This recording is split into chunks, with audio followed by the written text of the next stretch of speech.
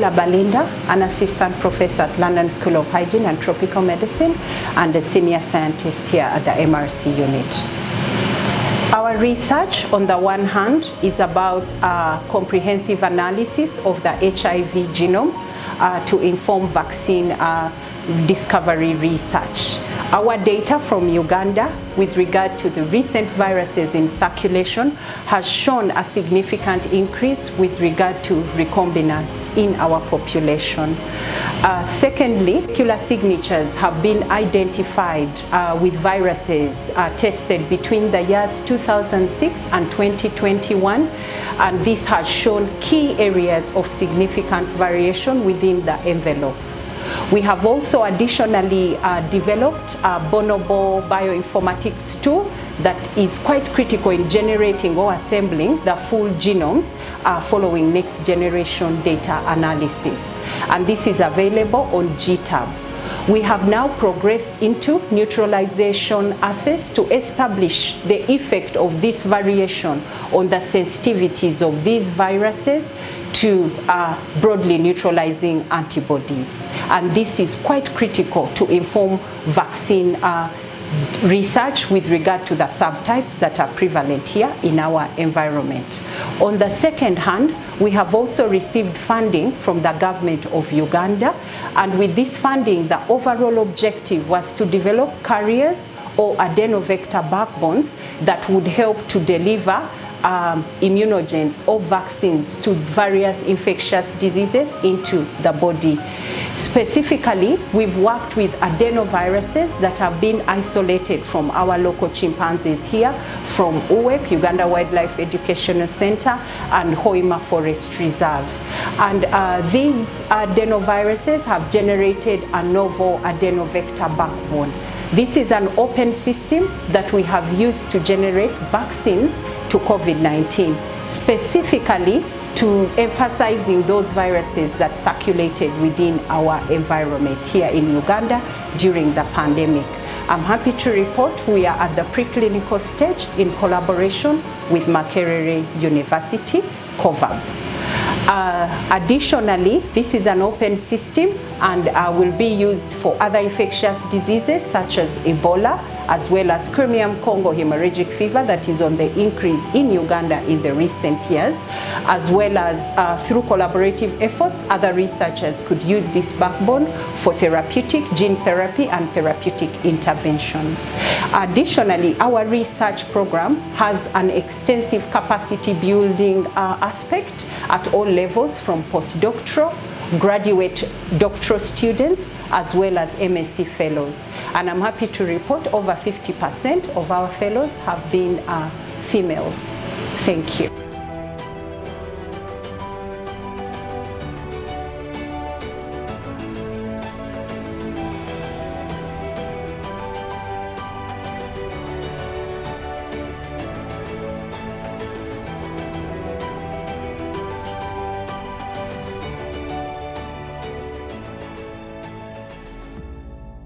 Can a key population be a recipient and not a source of HIV infections? An interesting question. In Uganda, certain populations, like the fishing communities, have a high HIV burden relative to the general population. And for a long time, there was lack of a clear understanding of how the virus spreads between the high-risk fishing communities and the general population. By analyzing the genetic data of the virus and studying infectious disease networks, we found that the fishing communities were not sources or reservoirs of HIV infections, but are sinks or net recipients of HIV infections from the general population. These findings showed that HIV prevention in the fishing communities alone would not control the epidemic there and have contributed towards informing public health policies on how to implement targeted interventions.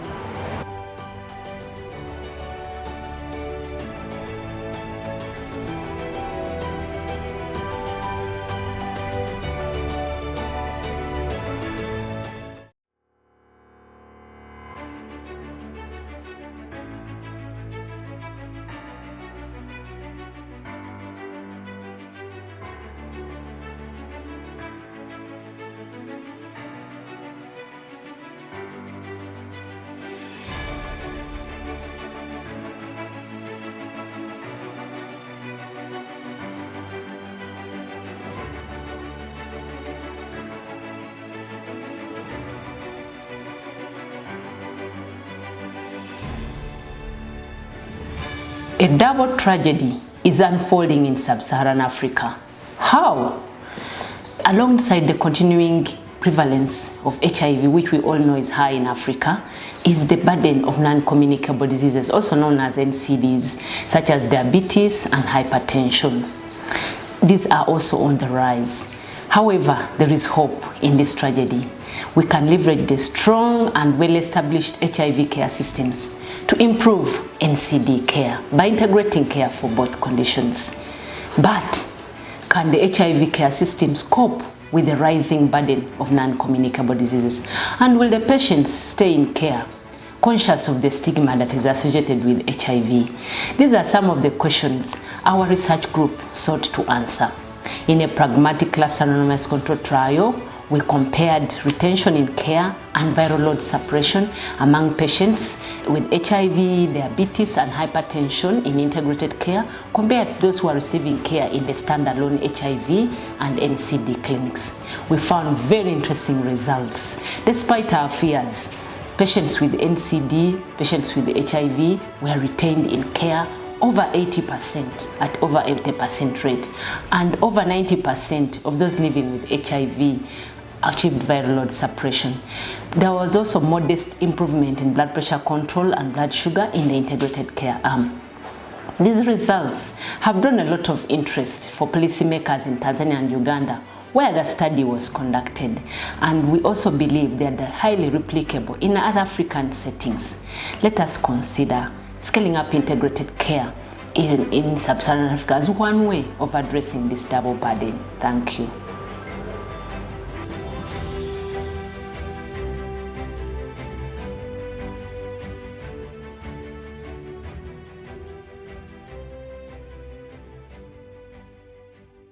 Did you know that HIV commonly flows from inland to fishing communities of Lake Victoria in Uganda? There's growing evidence from studies looking at the flow of HIV, suggesting that HIV more frequently flows from inland fishing communities than vice versa. A study in southwestern Uganda by Grabowski and colleagues looked at the relationship between migration and HIV. They found that migrants into fishing communities were more likely to have HIV compared to those moving elsewhere. Ratman also found that HIV commonly flowed into rather than out of fishing communities. Their findings revealed that people living with HIV, particularly the women, selectively moved from inland into fishing communities and introduced new HIV infections there. As social scientists, we conducted a qualitative study in fishing communities in Chotera and Masaka districts in Uganda and looked at the reasons for this selective migration of people living with HIV into fishing communities. We found that unfavorable conditions related to stigma, mainly in form of sexual rejection, HIV labeling and name calling, discrimination, as well as violence as some of the factors that pushed these people to migrate. Some of the attractions into fishing communities included anticipation of less HIV-related stigma and a safe, friendly environment that accommodates all people. So, stigma is still with us. We need to find effective ways to reduce it.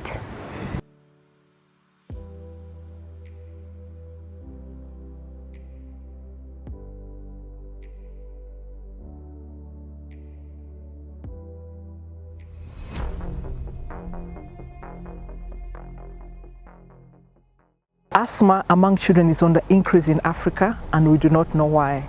In a study we conducted among 1,700 school children in urban Uganda, we found that the risk of asthma was related to where these children were born or where they spent their first 5 years of life.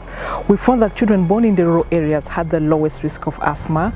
Children born in any small town in Uganda had double the risk of asthma, and children born in Kampala, the capital city, had triple risk of asthma. And even among those born in Kampala, the city, we found that the risk was highest among children whose parents had a high socioeconomic status and high education status. So these results suggest that asthma risk is associated with urban lifestyles and modern lifestyles. But we need to find out what exact factors are responsible so that we can prevent this. We also found that among these children with asthma, 2/3 had non-allergic asthma. This is in contrast to what you find in high-income countries.